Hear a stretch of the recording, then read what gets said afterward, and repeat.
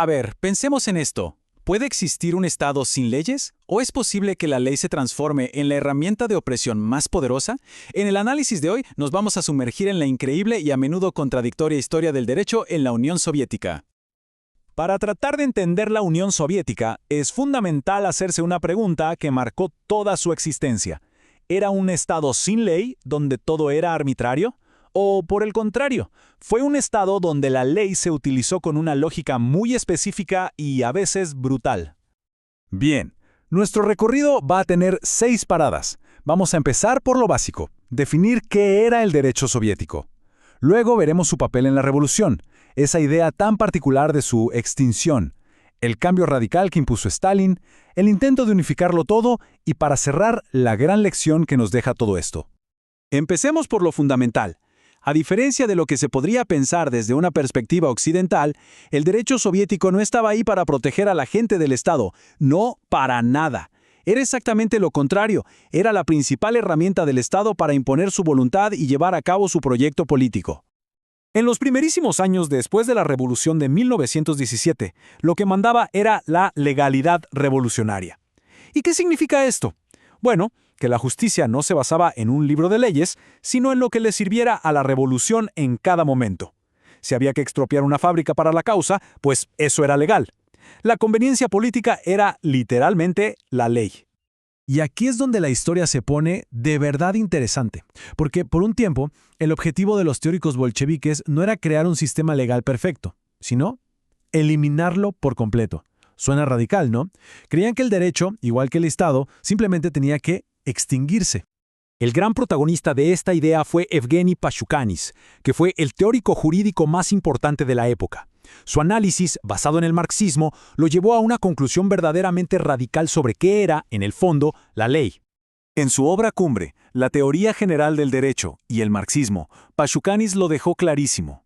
Su argumento era que el derecho es una forma burguesa, o sea, algo inseparable del capitalismo. Por lo tanto, en una sociedad comunista, sin mercado ni clases, el derecho simplemente no tendría sentido y se desvanecería junto con el Estado. Pero bueno, esta visión, digamos, un poco utópica, se estrelló de frente contra la realidad del poder. Para los planes de Stalin de industrialización forzada y control total, la idea de un derecho que se extingue no solo era inútil, era directamente peligrosa. Stalin le dio una vuelta de 180 grados al argumento. Dijo, básicamente, que para llegar al comunismo no había que debilitar al Estado y sus herramientas, como el derecho, sino todo lo contrario, había que fortalecerlos al máximo. Este es el punto de quiebre. Aquí vemos el paso de esa idea de la extinción del derecho a la nueva doctrina de Stalin, la legalidad socialista. Son dos visiones del mundo, dos formas de entender la ley completamente opuestas. Con la legalidad socialista, el propósito del derecho se redefine por completo. Ya no es algo que va a desaparecer, sino que se convierte en un arma para proteger la propiedad del Estado, para forzar la colectivización y sobre todo para aplastar a cualquier enemigo de clase.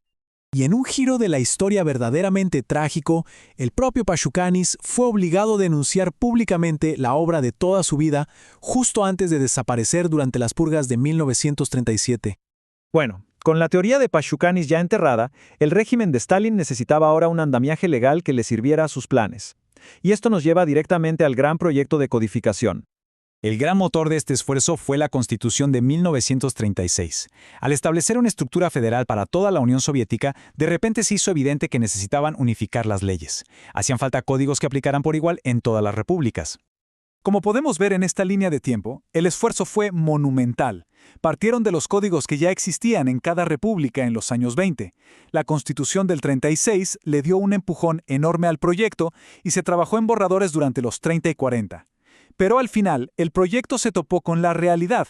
La tensión entre un poder central en Moscú y las realidades de cada república era demasiado grande.